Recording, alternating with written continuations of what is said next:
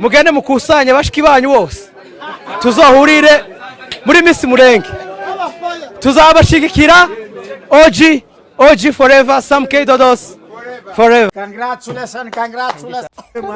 Gisubizo kitengere ko murabikoze ko mwamundeba timwamureba ku matelefone murebe ku matelefone timundeba ababikoze bareke abatarabikoze aribo babikora niyo ngara kubikora bwa kabiri urabusasa bwabunguye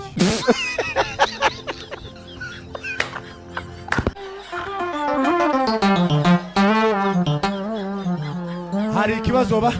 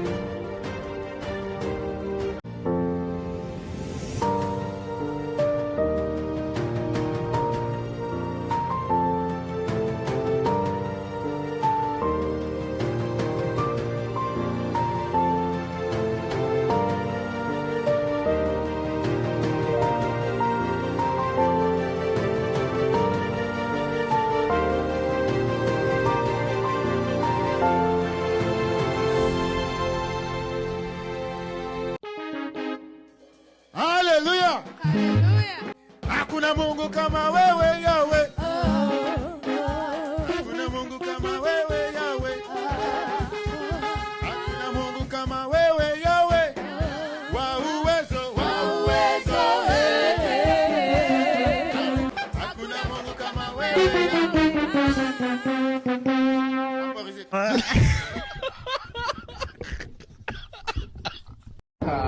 Hama nanje mu Burundi narateye imbere ubu ndanywa itabi ndanywa itabi mugabo. Aba influencer no kuvuga ngo nabantu bagiye bazana influence muri societe muri rusange. Iyo kategori wowe na Sam mushobora kuhibarizwamo mu bazahatana cyangwa ntago murimo? Yes, abantu benshi baravuga ko dushobora kuba twarazanye impinduka ikomeye mu bwoko bw'abanyamulenge, ariko kandi kubera ko ari twebwe tubitegura keretse mwebwe mwenyine muzaduhe igikombe, ariko ntago tuzaba bamwe mu bahatanira ico gikombe c'abantu bagize impinduka ikomeye mu bwoko bw'abanyamulenge. Sam musize ya Sam nkuko mubizi ni umudoktori, ni medical doctor, yasabye uruhushya kuzana nanje, ariko bamubwira ko icyumweru gitaha aribwo bazamuha uruhushya.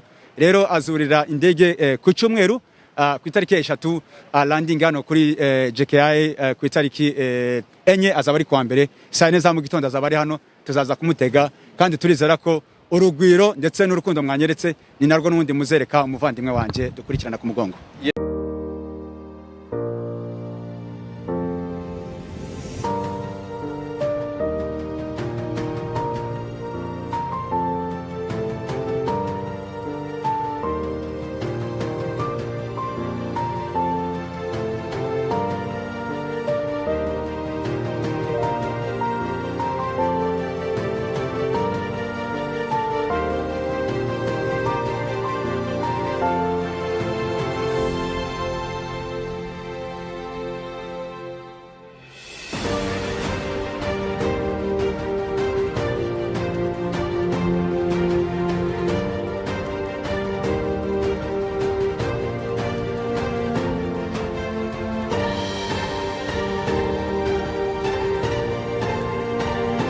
Umuntu uwo ari we wese urwanya ibikorwa by'ubugiraneza, urwanya ibikorwa byo gufasha imfubyi n'abapfakazi, urwanya girl empowerment, kuzamura umwana w'umukobwa w'umunyamulenge, mugende mu mugenzure no mu buzima busanzwe muzasanga ari umuntu n'ubundi wuzuye urwango, wuzuye ishari. Igikorwa cyo kuzamura umuntu ukamuvana hasi ukamushyira hejuru, ni gute wakirwanya udafite ishari? Aho rero n'abantu bafite ishari, ndetse Bibiliya iravuga ngo abantu nk'abo mujye mubagendera kure. Murakoze. Murakoze cyane. Hari ikibazo twamubajije ku munsi w'ejo, tagira ngo mwumve uko yagisubije. Hari abantu bakomeje gutanga icyifuzo ko oje umunsi umwe yazakuramo agapfukamunwa abantu bakamubona. Birashoboka ko iyi round uzagakuramo cyangwa se n'uyu munsi wagakuramo cyangwa ntabyo ufite gukora? Ndacyakomeje kwambara agapfukamunwa kugeza igihe umunsi ntazi Imana wenda izambwira ngo gakuremo kugira ngo yereke abantu, ariko kugeza aka kanya mu by'ukuri ndacambaye agapfukamunwa. Abantu bari bategereje ko oje azakuraho agapfukamunwa mu kure y'amaso.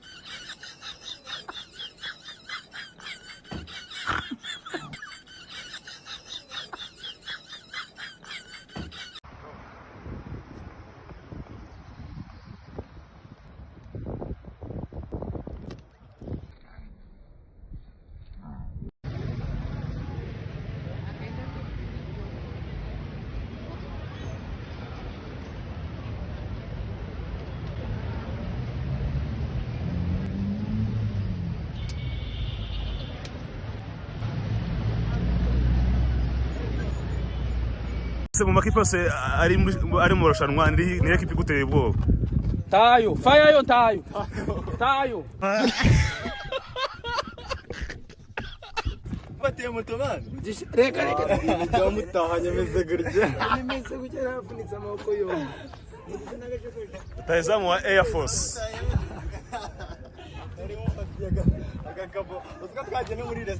Undi mwataka wa Air Force.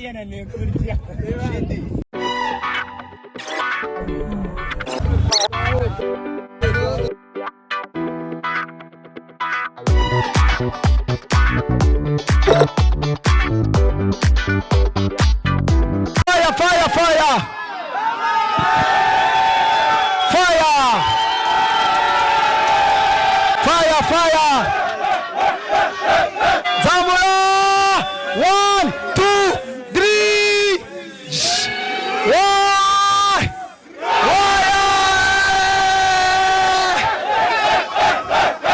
Hey! Fire!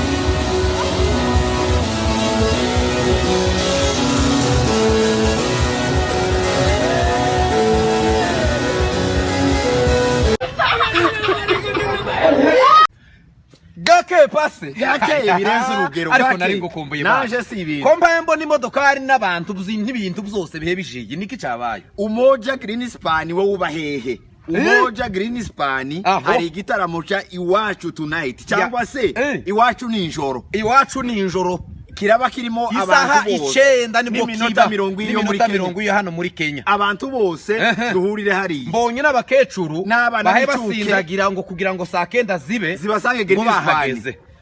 Nubura niwe wenyine uzabubu. Abandi bose barahari kugeza kubashumba. Kwinjira no ubuntu no gusohoka no gutaha no ubuntu. Abashumba turagiye. Mu makipe yose ari mu rushanwa niyo kipe iguteye ubwoba? Tayo, fire yo tayo. Tayo.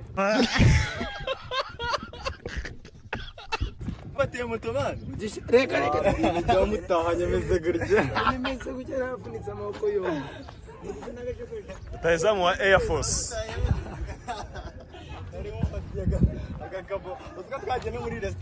Undi mwataka wa Air Force.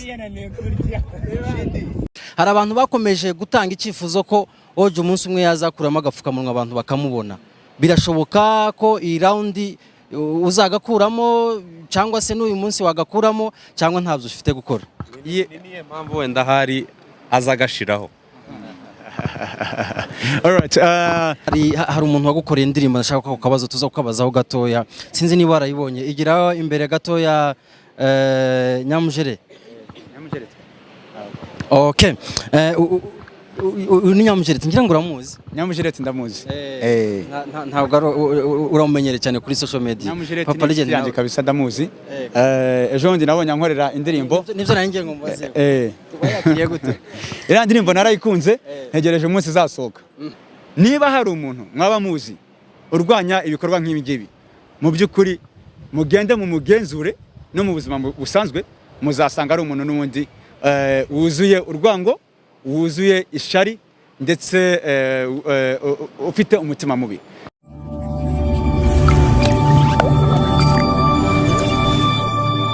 Subscribe to Papa Legend TV. Mwebwe mwese mukurikiye ibitangazamakuru bigiye bitandukanye, aho muri buze kubona ibiganiro n'ibitangazamakuru byinshi cyane. Nshobora kuvuga bimwe wenda nkagira ibindi nsiga, ariko ibitangazamakuru hafi ya byose hano Nairobi. Turi Jomo Kenyatta, aho twaje kwakira umukire akaba CEO wa Miss Mulenge, akaba CEO wa Mulenge Award n'ibindi bikorwa byinshi bigiye bitandukanye, afatikanyije na Sam Kedodosi yitwa Papa Legend OG. Reka tumuhe ikaze hano muri Kenya. Ndi kumwe na bagenzi banje, wenda bashobora gukora ka intro gatoya gusa beyakira abantu, hanyuma duhita duha mugenzi wacu umwanya. Kinyamakuru IITV1 and radio. Ndagira ngo uyu munsi cyane twebwe ntidufite amakuru menshi, frame za kamera zacu zirabyerekana ko dufite umushitsi mukuru twaje kwakira hano ku kibuga ca Jomo Kenyatta International Airport, ari buze kutuganiriza bimwe bikenewe kugeza kuri iyi saha. Wenda hari nubwo ikiganiro gishobora kuba kirekire, ariko tuzakomeza tuganira. Hanyuma Sultan, umeze neza nawe? Jemeze neza, turi muri atmosphere isa nkaho ifitemwe akabeho, niyo mpamvu mubona barobanurwa bahari basa n'abafite akabeho, ariko ibyishimo ni byinshi cyane nyuma yo kwakira OG. Nuko tukivuga OG, Miss Mulenge isiza mu bitekerezo bya benshi, nuko yamvugo igiye kuba impamo ubwo twaje kwakira OG ku kibuga mpuzamahanga ZISEKEJE cyangwa se Jomo Kenyatta International Airport. Rero ndakeka ko nyuma ya OG gushika mu bwatsi bwe niwe uko tubwira uko abyumva ndetse nuko yumva nyuma yo gushika hano, aho afite amaproje menshi atandukanye, ariko na societe cyangwa se abantu batuye muri Nairobi n'abatuye hirya no hino ku isi bakaba bari biteguye gushika kwiwe hano. OG, inshuro ya kabiri Miss Mulenge, inshuro ya kabiri n'ibindi bikorwa bitandukanye bizakuzanye muri uru ruzinduko, ni ikintu agaciro kangana gute kuba noneho ugeze muri Kenya kuri uyu munsi? Yes, mu by'ukuri kuba ngarutse ku munsi wa kabiri w'ibikorwa, mu by'ukuri it's a dream come true, kuba mu by'ukuri mubashije kunyakira ndetse nkaba ngiye gukora ibikorwa nk'ibi ngibi, aho tugiye gukora Miss Mulenge World Mulenge Awards, helping orphans and widows, ndetse na gospel soccer tournaments. Ni ibintu by'ukuri by'agaciro, kandi ni ibintu bifite industry yacu ndetse na society yacu y'abanyamulenge akamaro. Tutarinjira wenda hari muri details z'ibyo bikorwa uvuye kuvuga, urabona wakiriwe gute hano? Wowe warukumbuye iki hano muri Kenya? Ese kugeza kuri ino saha niki gishasha uri kubona? Yes, natangajwe cyane no kubona abantu benshi baza kunyakira. Mu by'ukuri nkuko mubona nakererewe, indege yabashije gutindaho gatoya kubera ikibazo cy'ikirere muri London, aho ni mu Bwongereza, ariko kandi kuba mu by'ukuri nakerewe ariko kandi mukaza muri benshi bingana gutya bigaragaza urukundo ndetse n'ubufatanye bukomeye cyane. Urakoze cyane. Hanyuma ibikorwa mumaze igihe mukora hano mu gihugu ca Kenya ndetse n'andi henshi hagiye hatandukanye, bimaze kugira impact kugira ngo wenda hari abantu bizere ko ibikorwa bigiye kudemara soon, bizabe byitezwe cyane? Yes, nkuko mubizi twakoze Miss Mulenge umwaka ushize mu kwa gatatu. Ntarinze kujya muri detail, mwagiye mubona ibintu byinshi byagiye bihinduka ku mwari w'umukobwa w'umunyamulenge, aho abantu bagiye batorwa ndetse n'abandi bose bitabiriye irushanwa rya Miss Mulenge. Abenshi bagiye bakora amaproje menshi atandukanye mu gihugu cyacu cya gakondo, aho n'ahandi ni muri Congo, aho hari abantu benshi bagiye bafungura imishinga igiye itandukanye, harimo nko gufasha imfubyi n'abapfakazi bari hariya muri Kenya, hariho nko gufasha abapfakazi bari muri Kenya, hariho nko gufasha abakobwa bari mu mashuri mu gihugu cya Congo, ndetse mwagiye mubona hari abantu benshi bagenda batanga ibikoresho by'isuku mu gihugu cya Congo. So rero ni ibintu by'ukuri byagiye bizana impinduka ikomeye, ndetse n'umukobwa w'umunyamulenge yabashije kwitinyuka ngubu ubu tuvugana murabona ko hari ibinyamakuru byinshi byagiye bifunguka abifunguwe n'abakobwa b'Abanyamulenge. So rero ni ibintu duha agaciro kandi umuntu wese w'umunyamulenge mu by'ukuri wabasha gukurikirana kiriya gikorwa cya Miss Mulenge cyabaye umwaka ushize arabona ko hari impinduka yabaye ndetse no muri industry muri rusange murabona ko hari icyo twita movement. Kugeza ubu ngubu rero ibikorwa bitandukanye bizanye Papa Legend OG nibihe muri rusange wenda dusubiriyemo abantu? Yes, murakoze yaba ari njewe ndetse na murumuna wanje unkurikira ku mugongo Dr. Sam K. Dufite ibikorwa bigera muri 5 harimo Miss Mulenge World. Ubu noneho yabaye Miss Mulenge World ntago ikiri Miss Mulenge East Africa nyuma yuko abakobwa bagiye batandukanye bari kwisi hose abanyamulenge kazi bemeye ko bashobora kwitabira irushanwa ndetse murabizi ibibazo by'intambara byagiye biba umwaka ushize dukora Miss Mulenge East Africa abantu benshi bagiye badusaba ko twayigira kwisi hose kugira ngo umukobwa w'umunyamulenge ahari hose kwisi abashe kwitabira. So rero ico ni kimwe mu kituzanye Miss Mulenge World tuzanywe na Mulenge Awards aho tuzajya duha ibikombe ndetse n'amashimwe ku bantu bose bagiye bitwara neza muri departement zitandukanye za showbiz Nyamulenge. Tuzanye helping orphans and widows aho ngaho no gufasha imfubyi n'abapfakazi. Abapfakazi nabagiye basigwa n'abatware babo murabizi ko mu gihugu cya Kongo hari intambara nk'aba mama bagiye babura abatware mu by'ukuri nabo tuzabibuka aho tuzagenda tubaha Noheli ndetse na Bonane. Hari icyo twita gospel soccer tournaments no kuvuga ngo ama ministeri yose ari muri Kenya ubwo turavuga za Gisubizo Ministries turavuga Voice of Praise ndetse n'izindi zizakina aho rero ikipe izaba iya mbere tuzayihemba amadolari 1,000 kugira ngo nabo babashe kwiteza imbere. Dufite rero n'ibindi bikorwa byinshi muzagenda mubibona uko iminsi izagenda iza. Hari n'ikindi cyitwa ngo ni pool cyangwa se BR abantu benshi bagiye badusaba ko nayo twayikora rero nayo irateganyijwe. Ibyo nibyo bikorwa 5 bituzanye ariko kandi nagira n'ibindi abantu bazifuza ko twakora nabyo tuzabikora.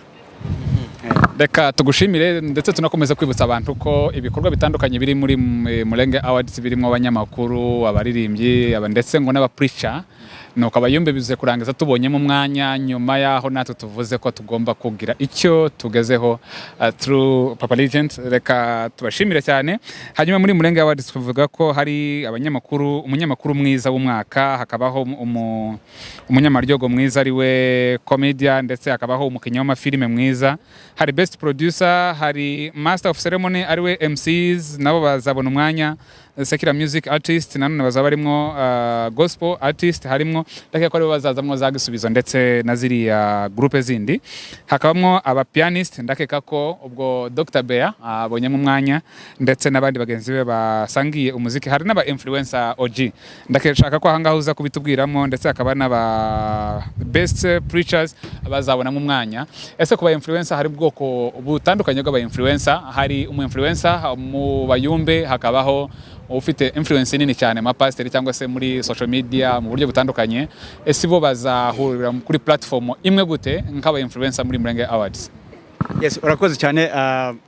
Aba influencer no kuvuga ngo nabantu bagiye bazana influence muri society muri rusange. Urashobora kuba uri umuvuga butumwa watumye abantu benshi cyane bayoboka Imana, urashobora kuba uri umuntu uvuga motivation speeches ugatuma abantu benshi bashobora kugira icyo bahindura mu buzima bwabo. So rero uko biri kose hari umuntu abantu baba bazi cyane ko yagize influence, yagize impinduka muri society y'abanyamulenge. Rero biri muri rusange muzagenda mubona aba contestants bagiye batandukanye ariko kandi warushije abandi muri tutitaye mu kuvuga ngo ni preacher cyangwa se ni motivational speakers. Muri rusange uzabarushije abandi bose niwe tuzabasha guha ayo mahirwe. Iyo kategori wowe na Sam mushobora kuhibarizwamo mu bazahatana cyangwa ntago murimo? Yes, abantu benshi baravuga ko dushobora kuba twarazanye impinduka ikomeye mu bwoko bw'abanyamulenge ariko kandi kubera ko ari twebwe tubitegura keretse mwebwe mwenyine muzaduhe igikombe ariko kandi ntago twebwe tuzitabira, ntago tuzaba bamwe mu bahatanira icyo gikombe cy'abantu bagize impinduka ikomeye mu bwoko bw'abanyamulenge. ibikorwa ni byinshi murimo gutegura hano mu gihugu ca Kenya ndetse byamaze gutangira bimwe na bimwe bigeze ku ruhe rwego mu buryo bw'imitegurire ndetse na gahunda ziteganyijwe gute nimba wenda hari atari ikibazo cagambye kubazwa coordination. Yes, urakoze cyane. Ubushize mwagiye mubona Miss Mulenge. Mu by'ukuri Miss Mulenge nibwo twari twikoze bwa mbere, hajya hagaragaramo ama challenge agiye atandukanye hagati y'abajaji ndetse n'aba contestant bavugaga ko ibintu bidateguye neza, ariko kandi nanone baca umugani ngo imihini misha itera amabavu. Ariko ubu ngubu twagiye tugira itandukaniro aho twagiye dufata aba judge tukababwira ngo bakore ama application, tukababaza tukabakoresha online interviews ndetse ngira ngo mwagiye mubona tuyipostinga ku ma social media platforms yacu. Abajaji baplitse kuri Miss Mulenge World bari 43, ariko muri 43 twabashije guhitamo 5 bonyine. Bagiye berekana zimwe mu mpamya bumenyi, aho twavugaga ko umuntu agomba kuba byibuze arangije university ndetse tukareba na experience ndetse n'ubupfura. 5 mwabonye nibo babashije gutsinda muri 43. So rero twagiye tugenda dushyiramo utuntu tw'impinduka kugira ngo ibikorwa byacu bibashe kumera neza. Tubibutsa ko ibi bikorwa ntabwo ari ibikorwa jewe nka Papa Legend OG ndetse na Dr. Sam K dukora ku nyungu zacu, ahubwo ni ku nyungu z'umunyamulenge wese ahari ku isi, dore ko nk'uko mubizi twagiye dusigwa inyuma n'amateka. Nta nyungu bimfitiye, nta nyungu bifitiye umuryango wanje, nta nyungu bifitiye Dr. Sam K, ariko kandi bifitiye inyungu umuntu wese witwa ko ari umunyamulenge ku isi hose. Kandi abazi kwitegereza neza, abazi kureba neza, barabona ko tayari hari ikintu bimaze gukora. Ese ubushobozi buva hehe ko cyane cyane ibi bikorwa byose bisaba ubushobozi bunini? Miss Mulenge izakoresha amadolari menshi cyane, ndetse n'abiriya bikorwa bindi bishamikiyeho bizakoreshwa amafaranga menshi cyane. Ubu bushobozi mu bukurahe cyane cyane kuvuze ko nta nyungu mu bitezemo, mwe muzabyungukamo mu buhe buryo? Murakoze cyane. Nk'uko mubizi twagiye tubivuga turi bato ariko batari gito. Njewe na murumuna wanje turacyari abanyeshuri, turi mu ishuri turimo turiga, ariko kandi mu bushobozi bukeya tubona nibwo tubasha gufashishamwo abantu batishoboye ndetse n'ibikorwa byose tugenda dukora. Ntarinze kujya muri detaye. Hari ubuzima twabayemwo mbere yuko tujya mu gihugu cy'Amerika, hari n'ubuzima turimo aka kanya muri Amerika. Aho Imana yadukuye nayo tugejeje ni ikintu mu by'ukuri tuvuga ko Imana yatugire neza. Njewe personally Papa Legend OG mfite imyaka 8 nabwiye Imana ngo Mana numfasha ukangira ukankura mu buzima nari ndimo kuri myaka 8, nkabasha kugira ahantu ngera ndetse nkabasha kubona nanjye hari icyo nigejejeho, ntabwo nzibagirwa abari inyuma. Ibi rero turimo turakora ni amasezerano, turimo turatimiza igihango twagiranye n'Imana, kandi turizera ko ibintu bizakomeza bigenda neza. Ikintu wari uvuze cy'ubushobozi mu by'ukuri kugeza aka kanya nta baterankunga twari twabona bahoraho, ariko kandi dufite inshuti n'abavandimwe. Hari abavuga ngo reka tuguhe 200, reka tuguhe 300, turabona ko muri mu bikorwa byiza, ariko kandi ibihumbi 40 by'amadolari tuzakoresha muri izi projet, navuga ko 95 ari amafaranga yacu. Ubwo nuvuga ngo nk'ibihumbi 35 bizava mu mufuka wacu, bizava mu makonte yacu. Ubushize twagiye tubereka amaresi ndetse n'ama transaction twagiye dukora. Ariko kandi dushishikariza umuntu uwo ari we wese wumva ko ashigikiye ibikorwa byacu ko yatugana kugira ngo natwe dukomeje duteze imbere umunyamulenge aho ava akigera. Oji utubazo tubiri gusa, ngira ngo turi hafi no kugana ku musozi kuko ibyinshi tuzagenda tubiganira, uzagenda ubiganira n'itangazamakuru. Ikibazo cya mbere, abantu bari bategereje ko uyu munsi uri buze kuzana na Sam K Dodos, umusize hehe? Ntabwo akije cyangwa se ari mu nzira. Ikibazo cya kabiri, hari abantu bakomeje gutanga icyifuzo ko Oji umunsi umwe yazakuramo agapfukamunwa abantu bakamubona. Birashoboka ko iyi round uzagakuramo cyangwa se n'uyu munsi wagakuramo, cyangwa ntabyo ufite gukora? Niye mpamvu wenda hari azagashiraho. Alright, impamvu nambara agapfukamunwa byaturutse kuri coronavirus. Nk'uko mubizi iriya kiriya cyari icyorezo gikomeye cyane, ariko kandi muri Amerika twebwe turacambara amamask. Rero nambara ibingibi mu rwego rwo kwikingira, ariko kandi uko iminsi igenda izandimo ndabona ko ari brand izavamo ikintu gikomeye cyane.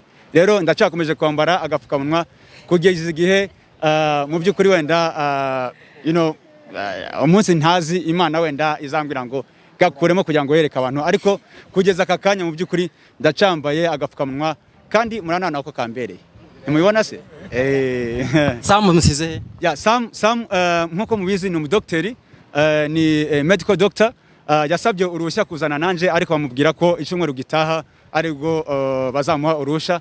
Rero azurira indege ku cyumweru ku itariki 3 landing hano kuri JKI ku itariki 4 azaba ari kuwa mbere saa 4 za mu gitondo azaba ari hano, tuzaza kumutega kandi turizera ko urugwiro ndetse n'urukundo mwanyeretse ni narwo n'undi muzereka umuvandimwe wanje dukurikirana ku mugongo. Yes, niki kigiye gukurikiraho nyuma y'ahangaha?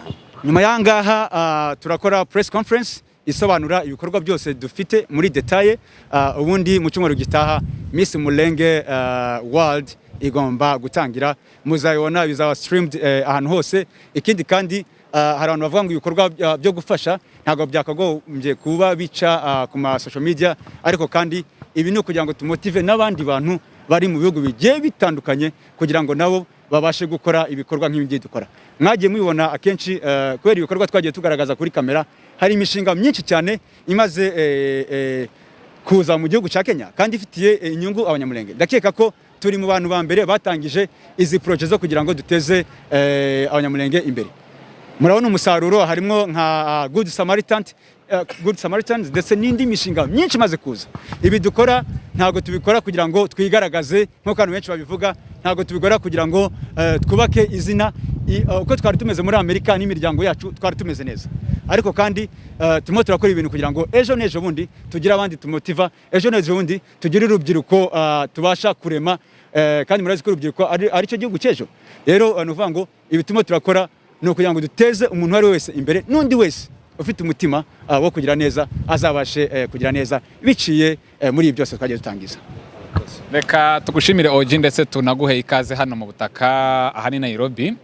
Hanyuma kucerekeranye n'agapfukamunwa muri Kenya badukuyeho, sinzi nimba witwaje stock, ariko nta uzabona ukagurira. Icyo ni ikibazo cya mbere uzahura nacyo hano. Hanyuma reka nibutse ko abantu bose ko Oji yamaze kuhagera babarobanurwa, igihe cyo kwiyandikisha cyarageze, ahasigaye no kubishyira mu bikorwa ukiyegeranya mu turere mutuyemo kugira ngo bazamenye ikurikira. Hanyuma hari coordination izaza gutanga press conference y'ibisabwa byose.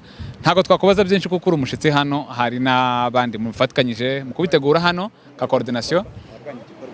Hanyuma ku bantu bose batumva igikorwa biraje bije hanze, noneho igikorwa bakibone, bakive mu zindi muzingo bakibone, hanyuma tuguha ikaze. Reka nshimira abagenzi banje twakomeje gukorana hano ndetse no kumurikira rubanda. Juste ngaho senga ya nyuma. Hari akabazo gatoya gusa nibagiye kubaza, nagira ngo mubaze wenda hari bamwe batumva kino gikorwa icarico, bavuga wenda ati hari Oji ndetse na Sam n'abantu b'abasore barimo gukoreshwa n'amaraso ashushe, atari ku ibi bikorwa rwose ntago ari ibikorwa zagombye gukorerwa mu mahanga. Yes, nkuko nabivuze mu by'ukuri umuntu uwo ari we wese w'umunyamulenge urwanya ibikorwa by'ubugira neza, urwanya ibikorwa byo gufasha imfubyi n'abapfakazi, urwanya ibikorwa byo girl empowerment, kuzamura umwana w'umukobwa w'umunyamulenge. Niba hari umuntu mwaba muzi urwanya ibikorwa nk'ibi ngibi, mu by'ukuri mugende mu mugenzure no mu buzima busanzwe muzasanga ari umuntu n'ubundi wuzuye urwango, wuzuye ishari ndetse ufite umutima mubi. Kuko igikorwa cyo kugira neza, igikorwa cyo kuzamura umuntu ukamuvana hasi ukamushyira hejuru, ni gute wakirwanya udafite ishari? Ni ikibazo gikomeye. Aho rero ni abantu bafite ishari, ndetse Bibiliya iravuga ngo abantu nk'abo mujye mubagendera kure. Murakoze. Murakoze cyane. Okay. Asante kabisa. Hanyuma Oji, hari umuntu wagukoreye indirimbo ndashaka ko kabazo tuza kukabazaho gatoya. Sinzi niba warayibonye. Igira imbere gatoya Nyamujere. Okay. Ni Nyamujereti ngira ngo uramuzi. Nyamujereti ndamuzi. Ntabwo uramumenyere cyane kuri social media. Papa Legend yanje kabisa ndamuzi. Ejo ndi nabonye ankorera indirimbo. Nivyo nanjye ngo mbaze. Yakiriye gute? Ira ndirimbo narayikunze ntegereje umunsi zasohoka. Ukicumva kari akantu kagace nyine wumvise kameze gute? Kari akantu ni keza yambwiye ko amfitiye gift. Ubwo rero iyo gift ndayitegereje. Karimo ubuhanga cyangwa rekere gutyo? Nabonye afite ubuhanga ijwi rwose rimeze neza. Nyamujara uri munsi ari kumwe na Papa Legend. Niki ushobora kumubwira? Papa Legend ni umuntu w'umugabo turamushimira twebwe nka bakobwa cyangwa se abadamu ko akomeje gutuma natwe twitinyuka tutagikingiranye nka kera ubu hari aho amaze kudukura hari naho amaze kutugeza ni umuntu w'umugabo cyane turabimushimiye. Yego nabonye ejo bundi muri comment munyihangane kuvuga ako kantu umuntu yandika ngo Nyamujereti ngo bazamuguha buwa kabiri. Nyamujereti wanyemera tugenda ubu nyine. Reka mbashimire cyane mwakoze ubwo ibindi biganiro nakagaruka. Hanyuma yitwa Gaston Ilunga coordinator umugabo gito ubwo ariko akomugabo gito nako muri filime mutagira na Cardoviko. Uyu munsi twaje gutega Papa Legend Oji wamaze kugera hano waje mu bikorwa bitandukanye ariko by'umwihariko yaba Miss Murenge awadi n'ibindi bitandukanye yagiye bivuga. Twaje kumutega ni ye gahunda navuga ngo ikurikiyeho uyu munsi noneho igikorwa twavuga ko nyirizina kigiye gutangira. Murakoze cyane icyambere turashima Imana ko yamuyoboye akaba yashitse twahoraga tubivuga muri za conference cyangwa press conference ariko uyu munsi murabona ko twamuteze kandi yamaze kuhagera. Urumva kuhagera kwiwe ni ugutangira kw'ibikorwa nubwo byari byaratangiye ariko bimwe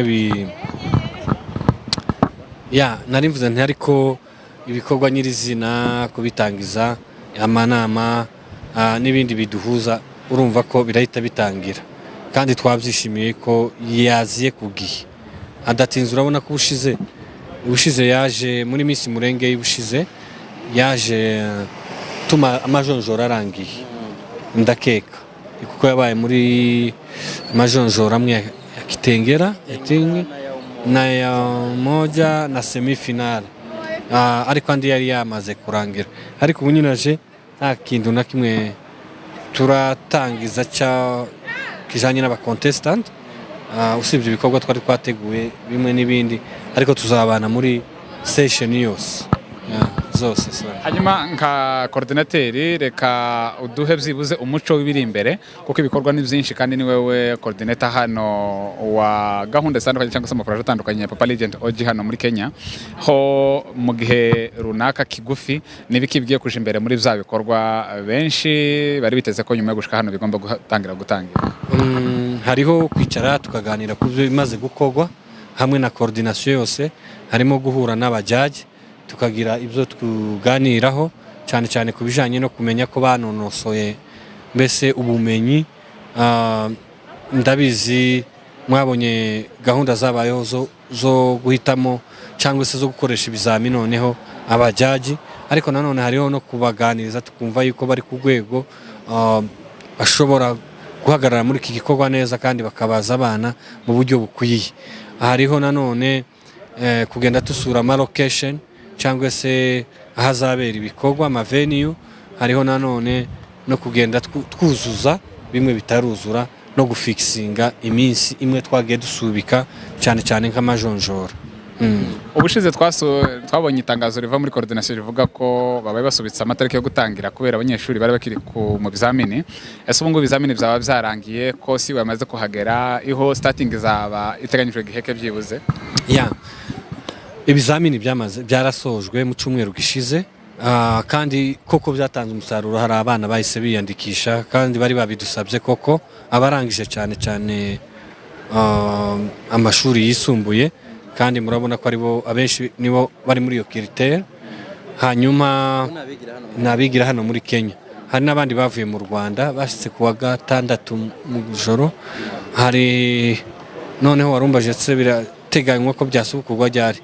Dufite inama yihuse nanone nkuko twatanze itangazo muzamenyeshwa ariko ntibizarenza kira cyumweru amajonjora adatangiye. Okay. Ndakeka twagushimira wenda nkaba hari ijambo ushobora kugira ryo gutumira abantu muri rusange yewe n'abakobwa bireba cyane cyane. Murakoze cyane abanyamakuru Sultani, Papa Legend n'abandi bari hano.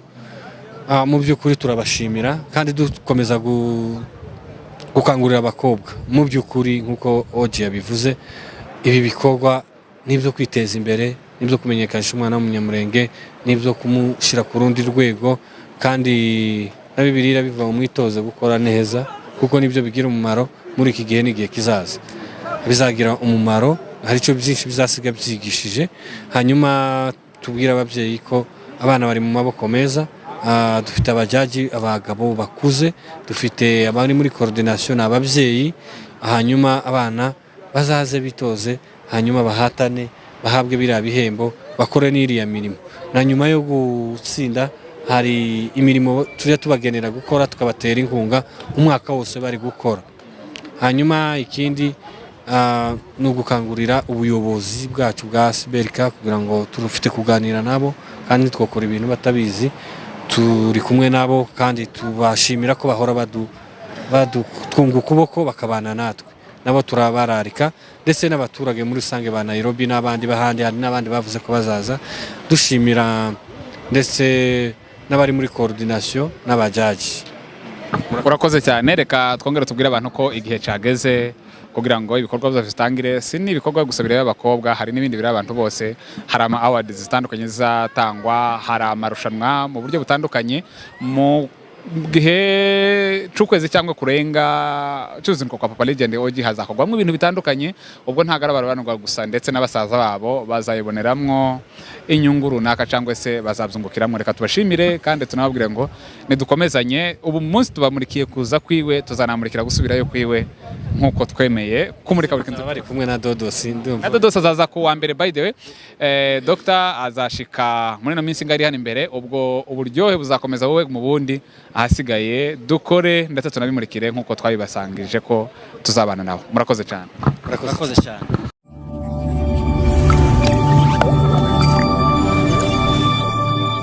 Subscribe to Papa Legend TV. Yes, reka tubahe ikaze abakurikiranye ibinyamakuru bigiye bitandukanye byaje gutega Dr. Samkei Dodos.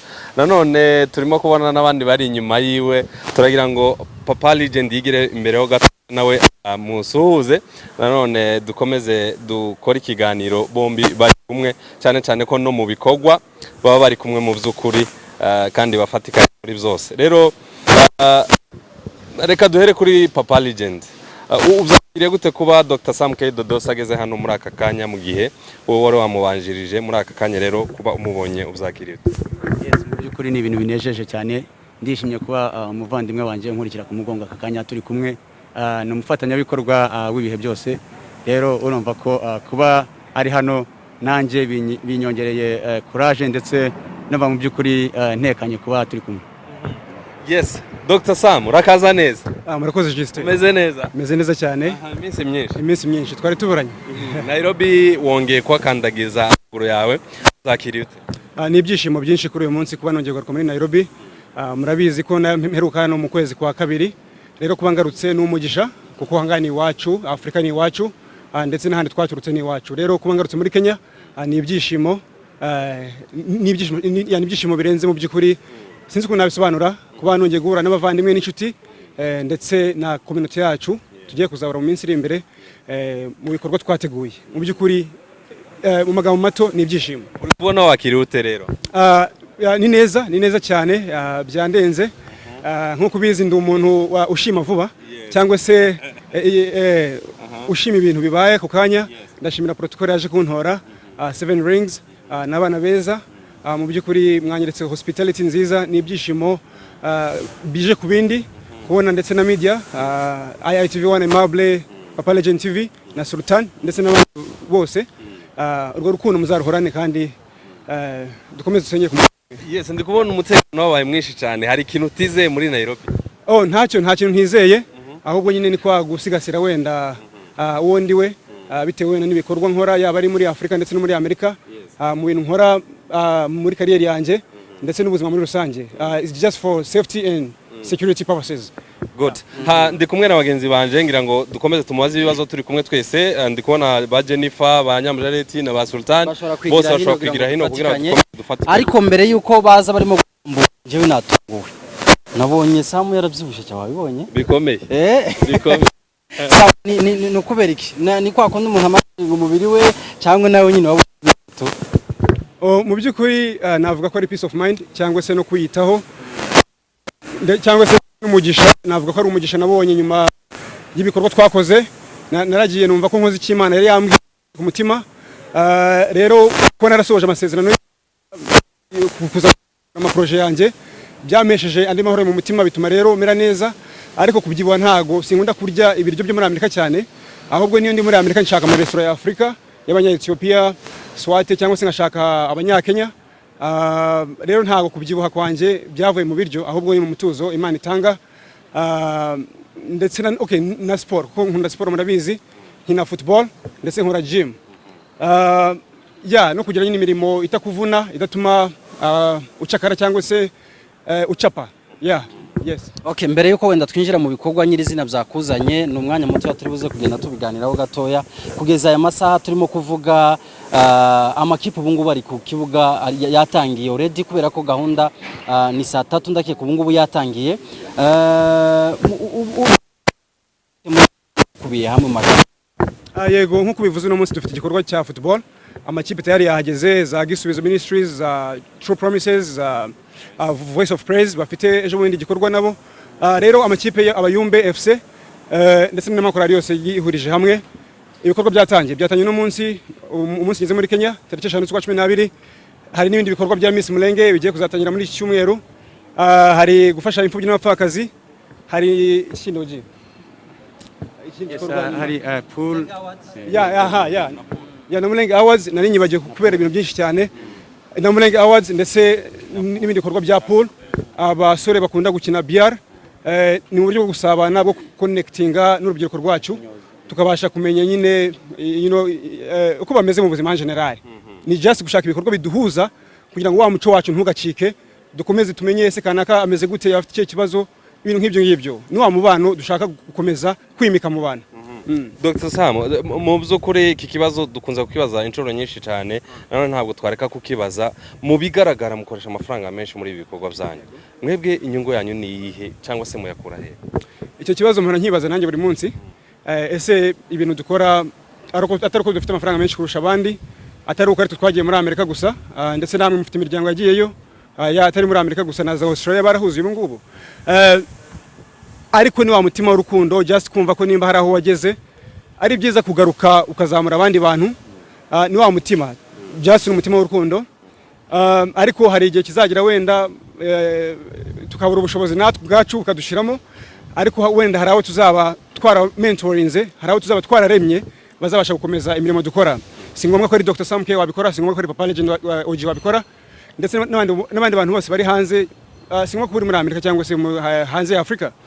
Just kuba ufite umutima n'ubushobozi wajya ubikora. Rero ubushobozi kano kanya nitwe buvamo, amafaranga ava muri konte za banki cyangwa se mu mifuka yacu, ariko tubikorana umutima w'urukundo. Ikiruta byose twatanga byinshi, twatanga menshi, ariko bitavuye mu mutima w'urukundo ntacyo byaba bimaze. Impamvu Imana ibihereza umugisha ibikorwa byacu nuko tubikorana umutima w'urukundo, kandi nta buriganya, nta buryarya, nta muntu ufite umwanya wo gutakaza muri ibyo bintu bito.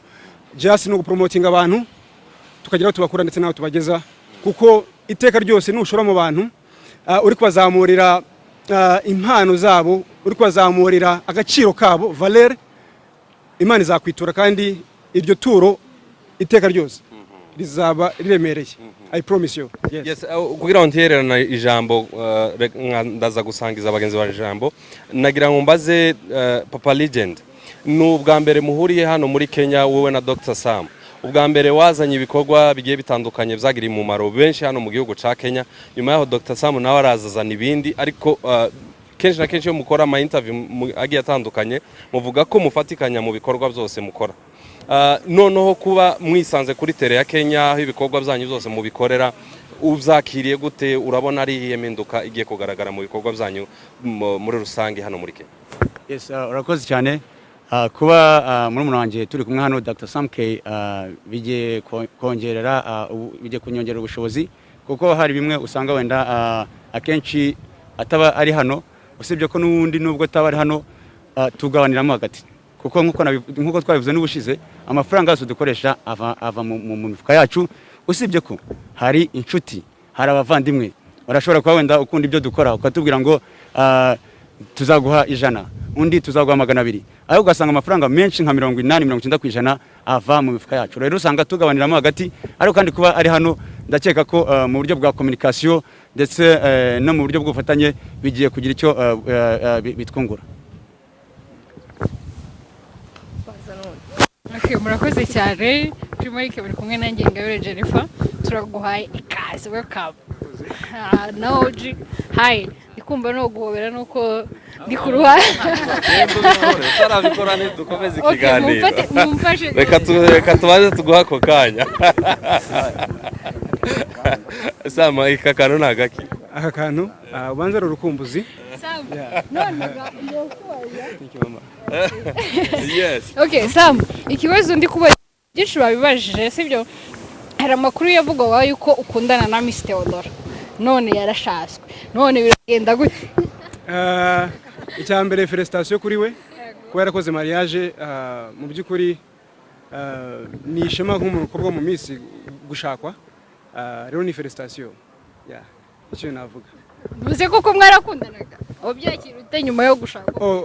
Okay, kuko ubundi yashatswe. Reka wenda tuvugisha ukuri ntago twigize dukundana. Kuko ni ibintu byavuzwe cyane kuri social media ndetse twakoze ikiganiro cyarebwe cyane by the way. Ntago twigize dukundana ahubwo nuko ari ibikorwa byasaga nkaho bisa yari mu Miss ndetse ari ngiye gutegura Miss Mulenge hamwe na OG. Kandi ngiye sindashaka. Rero birumvikana umuntu kunkekera ko twadukundana ibyo ni ibintu byoroshye cyane.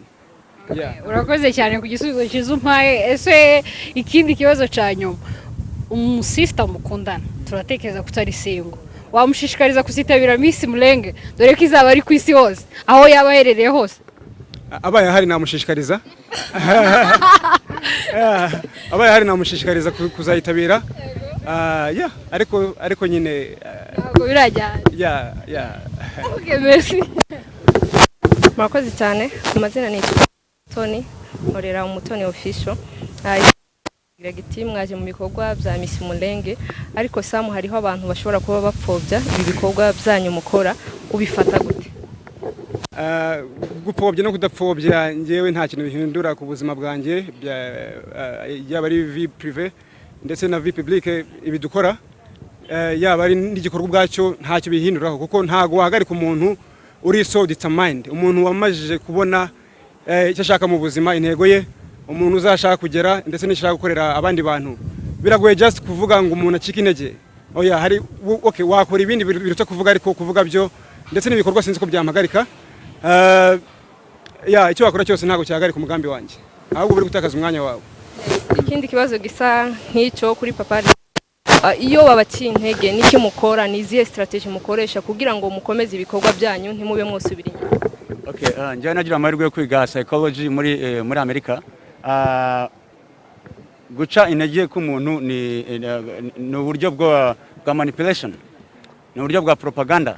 So rero abize psychology barabizi ko iyo umuntu aguciye intege uzi ko ibyo urimo bimeze neza ahubwo urushaho gukora cyane. So rero twebwe turakora cyane ndetse tukima amatwi abo ngabo baba barimo baravuga kuko burya ibikorwa biravuga kurenza amagambo. Umunyamulenge wese udukurikiye ndetse uzi ibyo dukora arahamya neza yuko ibyo dukora tubikorana umutima ukunze nta n'ikindi kintu kiba kibyisha inyuma. Abo rero zaba ari propaganda zaba ari manipulation mubabwire ngo twebwe tubyiga mu mashuri ndetse tubifite n'impamya bushobozi mubabwire ko baba barimo aribesha ahubwo imbaraga batakaza barimo baravuga baze bazitakaza barimo barakora kuko ubwoko bwacu bw'Abanyamulenge murabizi ko twasigajwe nyuma n'amateka. Nimba tumo turakora wowe ukabura ngaho urimo uravuga iteka n'iteka uzakomeza utsindwe uzakomeza usubire inyuma. Neza gukurikira interview imwe ya Israel Mbonye kuri ISIMBITV aravuga ngo umuntu wese ukurwanya ahava akagera numureba neza uzasanga n'umuzima busanzwe ari munsi yawe. Abo rero bari munsi yacu kandi sinakiraza kwa n'igihe bazatujya hejuru mu gihe bakigendera mu mwijima nibaze batugane kuko hari why saying ivuga ngo if you can't feed them join them. Thank you. Ikintu cya nyuma yes Amerika nunganire oji harabibwira ko impamvu tuvuga gutya tugaruka buri kanya hari inyungu dufite wenda mu byukuri niyo tutabikora ibikorwa tubihagaritse kano kanya. I promise you ko nta kintu nkuko nabivuze kare nta kintu cyampungabanya kuvuga ngo nta Miss Mulenge iri kuba nta Mulenge talent iri kuba nta business ideas iri kuba ntacyo. Ariyo mpamvu wa mutima ugihari tuzabuza tubikore kandi tunaniwe tugacika intege abandi nabo baza bakabikora kandi uvuga ntakore nawe ntacyo aba muri society yacu. Ikintu cya nyuma nsoza ko ndabona natinze hari abavuga ko mubikora mushaka kubaka amazina yanyu iki ariko atari umutima wo gufasha ibyo byo mwabivugaho iki? Amazina wenda ndivugira ku giti cyanjye cyangwa se ku giti cyacu amazina dufite muri Amerika arahagije. Sinzi izina rindi dushaka mu bandi bantu ariko ababivuga bafite impamvu zabo bafite ntago twakutana amagambo nabo nimba ari ukikorwa cyo kuri kamera ni mu nzira yo raising awareness undi muntu uri kure abashe kubona ibikorwa turi gukora nawe bimutere morale yo kuba yakora ikindi gikorwa yaba ari igisani cyacu cyangwa se ikidasani cyacu just dutezanye imbere ariko nabo babikore abavuga ko ari amazina nabo nibaze bashaka ayo mazina. Yes yego murakoze cyane. Nasubize ikibazo cyanjye abavuga ko tuba dukora ibintu twubaka amazina ni irihe izina rirenze kuba ndi software engineer muri Amerika? Ni irihe izina rirenze Dr. Sam kuba ari umudokiteri? Nibaze nimba n'abafite amazina cyangwa se bashaka amazina bakora nk'ibyo dukora sibyo? Ibi tuvuga benshi barabizi muri industry ntago tuba tumunda turanabeshya bazi n'ibyo dukora bamwe bazi n'amakampani amwe namwe akomeye dukora muri Amerika. So rero nimba babona ko ibingibi dukora ari ukwiyerekana nukwiye kwiyerekana kuri mu gufasha umwana wa Burayi nukwiye kwiyerekana kuri mu gufasha umumama buze umugabo wiwe ku rugamba usibye ishari usibye umutima mubi ndumva mu byukuri nta kindi kintu twarenza gusa abameze gutyo nkuko nabivuze n'ubushize Bibiri iravuga ngo mujye mubatera umugongo. Murakoze cyane Sam na Papa Legend murakoze cyane. Reka munyemerere sinzi niba hari uwo twaba tunyiganije ariko ikibazo kigufi cyane kubera umwanya duhita tugenda muri match ikibazo kimwe. Murakoze cyane nitwa Sara Nyamujereti ikinyamakuru nkorera cyangwa se cano nkorera ni Nyamujereti official. Ikibazo mbaza Dr. Sam wambaye neza by the way. Ni gute watekereje kugira ngo wambare gutyo numara urenzeho na boda niba ari ukurenza? Urakoze Nyamujereti icyambere wincire kuri liste y'abafana. Gutyo ntabwo nabiteguye cyane mu byukuri ari mpamvu naje ntinze nari mfite akazi kenshi cyane bari banze kundekura ndetse nanjye ubwanjye nabonaga ko kuza bizangora. Nakoze shopping ku munsi wa nyuma nagiye muri mall y'iwacu yitwa Westgate ngura irikoti okay nifite n'imyenda gusende gushaka igitembereye you traveling ubushaka kandi ugafite umwereko wako ngura izi nkweto wise bodaboda ariko ntago ari bodaboda ziri mu bwoko bwa Yeezy ni inkweto za Kanye West nimba muzi no muhanzi ni murapero muri Amerika n'agapira k'umukara ipantaro y'umukara rero wakoze kwambwiye ko mberewe yarakoze cyane. Okay ikibazo kimwe rino cyane. Murakoze cyane nitwa Nyaruhanga Ange ndo mumama nkorera ikinyamakuru cya The Sisters ngwaye ikaze turakwishimiye cyane hano muri Nairobi. Twari tugutegereje brother bawe yabanje kuza nawe twari tugutegereje niyo mpamvu twakira ko twaguha agaciro kuko uragakwiye. So ndashaka kukubaza uri umuntu urubyiruko urashaka ibyo byose abandi tubona hanze iyo batarashaka hari ukuntu baba bakora n'amafaranga yabo bateganya nzubaka nshaka kubaka amazu nshaka kugira gutya umugore wanjye azasanga emeze gutya na gutya ariko wowe na brother wawe niki kibatera wafata amafaranga yawe ko twumva watubwiye ko nta yindi support mufite nta yindi mishinga ibafasha ni gute mu bitekereza ni uwe mutima mwagize kugira ngo mwe amafaranga yanyu aho kugira ngo muyakoze ibindi bikorwa mwe mwakunda abantu cyangwa se ubwoko bwacu kugira ngo mwe mwadufasha gutya ya ndumva nshaka kumva ahantu iyo uwo mutima ahantu mukura. Ikindi kibazo cya kabiri iyo ubona twaje twese kugutega gutya wumva how do you feel? I do feel good. Honestly, iyo muje kunyereka urukundo ni ibintu byiza cyane kuba mwatanze umwanya wanyu mugasiga imiryango yanyu akazi kanyu mukaza kuntega. Ni ibintu by'agaciro biranyubaka kandi bitwereka yuko ibyo turimo tutari twe mudoza ku rero urwo rukundo ndarubashimiye cyane kandi Imana izaba. Ikibazo dukoresha amafaranga kandi tutarashaka ni bacu kuko sinibaza ko mama wanje mubyeyi wanje iyo ataza azi ko ntarubaka azi ko nshaka umunsi umwe nzubaka umunsi umwe ashaka umugore wanjye azasanga mfite inzu nziza cyangwa se amazu meza ndetse n'ibindi bihambaye rero ni umuco kuba dusupportinga ariko umutima wo gutanga kindi navuga nuko ari ibikorwa byanga byakunda ubona ko bikwiriye mu bantu ugomba kubikora utabikoze nta wundi muntu wabikora rero ntabyo tukora umutima gusa dufite imiryango twagahaye amafaranga dufite iki kandi suko dufite amafaranga menshi kurusha mu mahanga abantu bafite amafaranga ariko wenda nta mutima bafite ariko twe tuwufite tuje tuwukoresha ariko iyo ukora ibikorwa nk'ibi ngibi uba uri gusiga amateka mu bantu uba uri kubahindura ubuzima kandi bazabikubukiraho umunsi n'umunsi. Yes, murakoze. Ubwo ngubwo wenda hari sinzi ikigiye gukurikira muri aka kanya kugira ngo tubarekure hanyuma mukomeze gahunda zanyu. Turava kuri airport tuje ku mupira wabereye Komarok. Ubwo rero abari kuturaba ku makamera ndetse n'abaje hano kuri airport tubashe guhurira kuri Komarok no munsi muri cya gikorwa cya ministère kandi turabashimira mwese mwaje kudutega. Murakoze cyane. Nitwa Osborne ndashaka kubaza ikibazo kimwe Miss Mulenge kuba ku nshuro ya kabiri kuba uburinganire buhari mukaba mukora Miss Mulenge Mr Mulenge muramutekereza iki? Ntabwo turatekereza Mr Mulenge kano kanya turi focus na Miss Mulenge kubera ko tuzi ko umwana w'umunyafrika w'umukobwa yasigajwe inyuma n'amateka akarusho w'umunyamurenge rero Mr Mulenge ntabwo turayitekereza ariko tuyitekereje nayo twayikora cyangwa se hari undi muntu bishoboye yaza nawe akazabikora ariko Mr Mulenge ntago turi kwipanga anytime soon.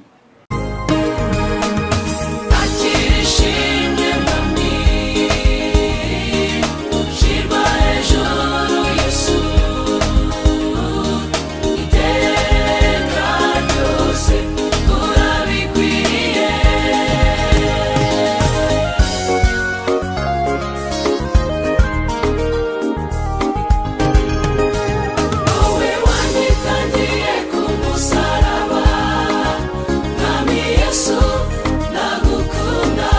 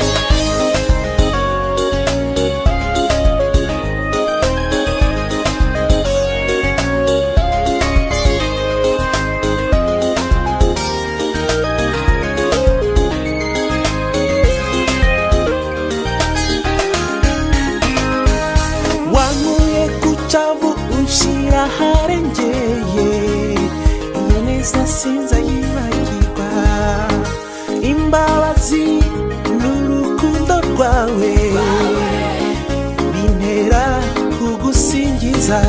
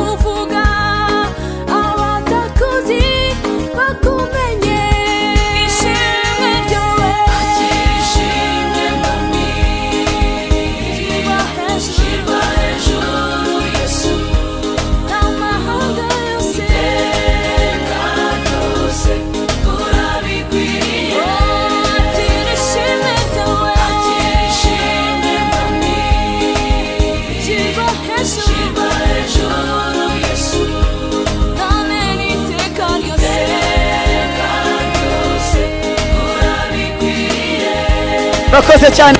Reka dusabe captain w'ikipe. Captain.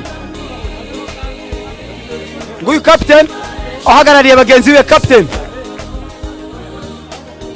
uhagarariye bagenzi be Sam uraza kwihengekamo kugira ngo bize kuba bimeze neza. Iyi ni tournament yateguwe na Papa Legend OG ku bufatanye bw'abavandimwe. Umunsi wa none rero bakaba bagiye gusoza bari kubaha cheke yabo amashyi menshi cyane abakinyi. This is a true worship team. Mwakoze cyane. Muhagarara aho ngaho basinyire captain wanyu. Mwakoze cyane. Amashyi menshi cyane abandi bakinyi baha captain ishimwe. Amashyi menshi cyane.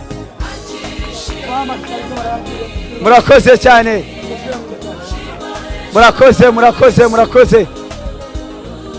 Murakoze cyane. Captain uhagarariye ikipe ya True Worshipper bari kumugezaho ibihembo by'iwe muri rino joro.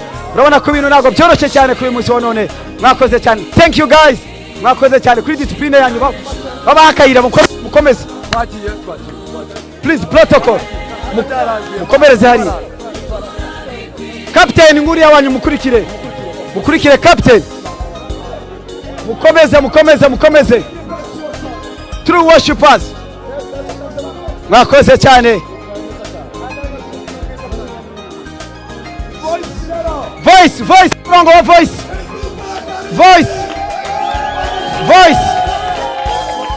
mudufashe voice reka dusabe n'abayobozi ba voice bazane n'ikipe abayobozi ba voice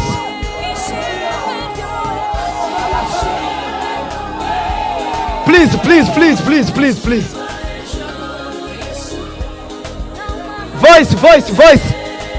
voice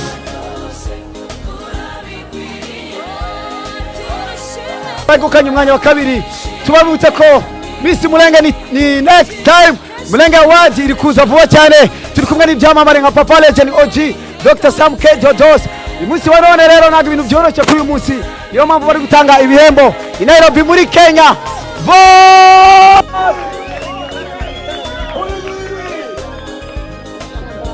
amashyi menshi kuri representa wa voice umuyobozi wa voice amashyi menshi cyane abakinyi ba voice amashyi menshi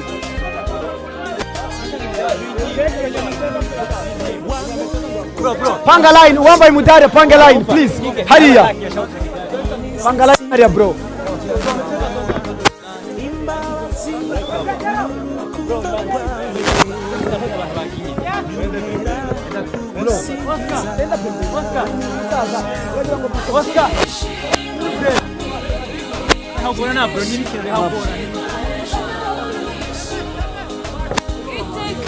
voice sindi mambo muri kuduteza akavuyo voice umuntu umwe umuntu wakinye niyo wambara umudari mudufashe captain umuntu wakinye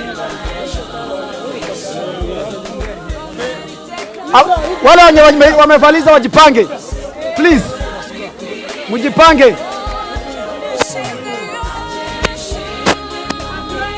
voice please mwipange neza abantu bakinya voice please umwe wale wenye wamevalisha please mujipange hapo okay the next chop voice of players after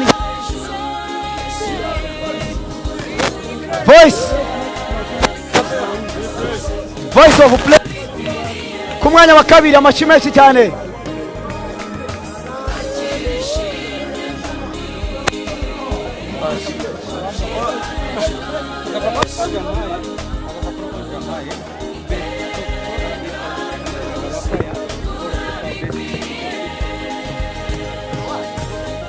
twihute murakoze cyane Papa Legend OG iyi ni voice of players amarushanwa yaberaga hano i Nairobi muri Kenya murakoze cyane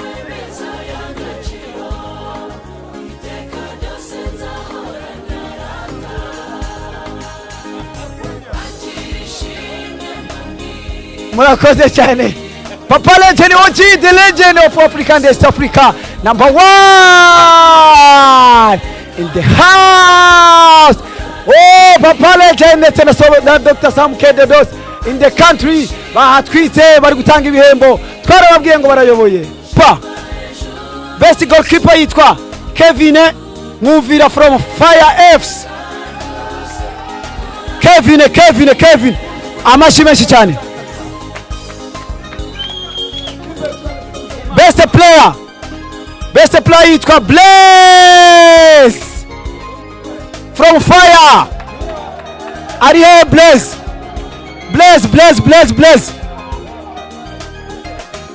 Blaze. Amashyi menshi cyane kuri mugenzi wanyu. Murakoze cyane. Iyi ni tournament yateguwe na Papa Legend OG ndetse kufatanya na The Brothers, Dr. Sam K Dodo. Uyu ni goalkeeper. Murakoze cyane. Best player, Blaze. murakoze cyane. Reka bamushimira twihute tujya ku ikipe ya nyuma. Wakoze cyane. Murakoze cyane, amashimenti cyane kuri best player, wakoze.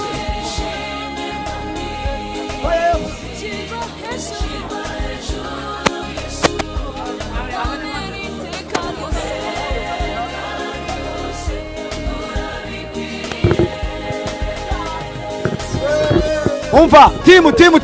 Muhindukire.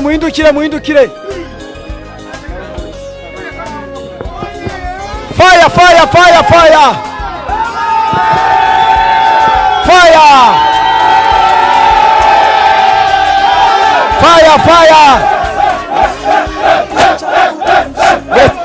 Mwanza mkitoro na masa. Zamura! 1, 2, 3. Why?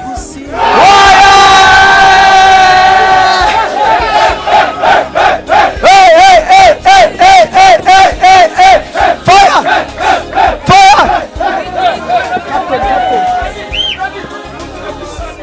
Captain Zamura!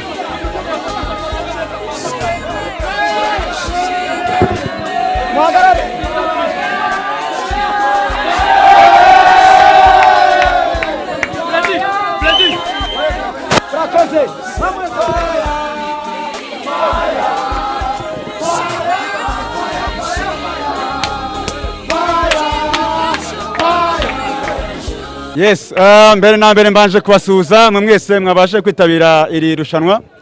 Mu by'ukuri ryari rushanwa twateguye aho twashakaga ko ama ministeri yose ya gospel abasha guhura akabasha kwidagadura, ndetse intego y'iyi tournament yari kugira ngo dukomeze twamamaze ijambo ry'Imana, ndetse twamamaze ubutumwa bwiza bugere ku isi hose. Rero ndabashimye kuba mwabashe kwitabira. Ikindi kandi ndagira ngo mbashe kubabwira amagambo abiri cyangwa se atatu azatuma mubasha kugera kure. Ijambo rya mbere riragira ati unity. Murabizi ko ari ubumwe. Ndabaha urugero, hari umugabo umwe wigeze gufata uduti 10 araduhuza, abwira abana biwe ngo ni badukate, ariko banarwa kudukata.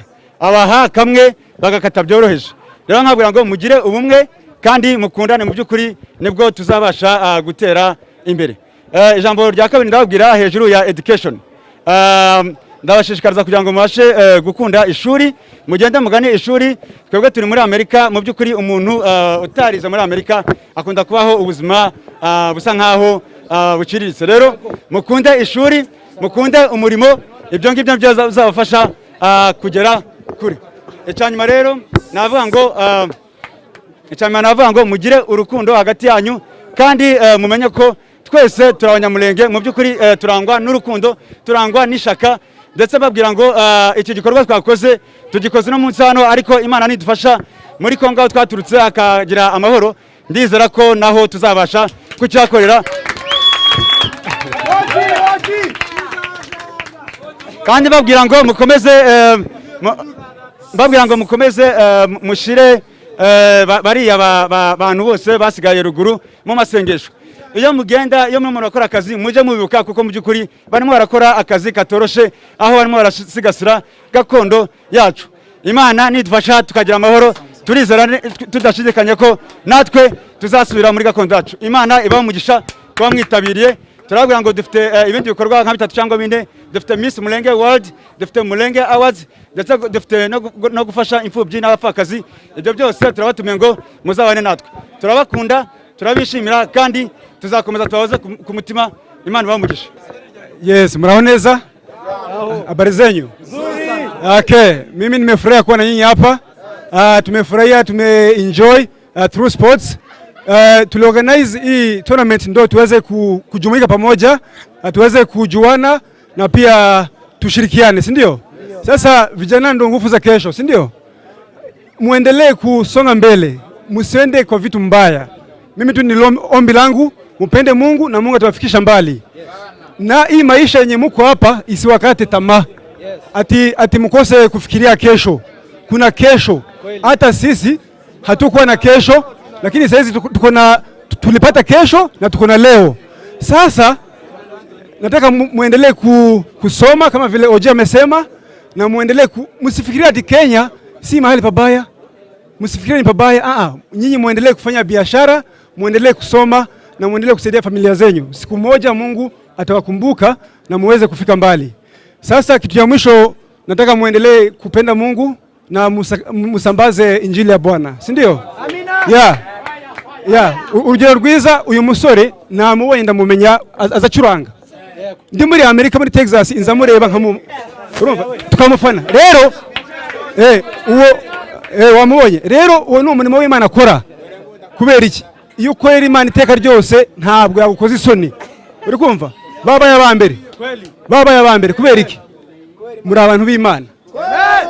Sibyo? Muri abantu b'Imana uyu munsi kugeza iteka ryose. Rero ndangiza turabararika ndetse n'abashiki banyu. Dufite Miss Mulenge World izatangira icyumweru gitaha. Mu by'ukuri mubashishikarize kuza, ni ahantu heza twigisha umuco bashiki bacu kugira ngo abana bazabyara bacu bazatunge wa muco wabasogokuruza, siko? Ikindi rero dufite Mulenge Awards nayo turabatumiye ndetse no gufasha imfubyi n'abapfakazi. Imana ibamugisha cyane, nishimiye kubabona. God bless.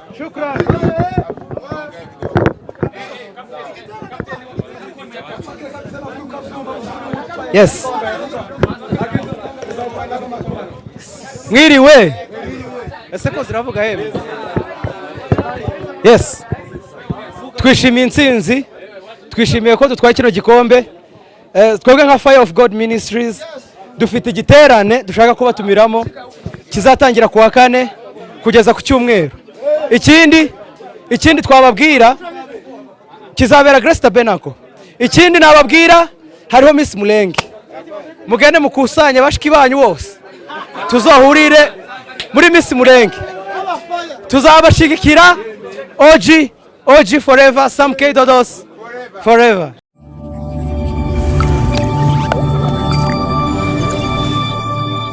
Subscribe to Papa Legend TV.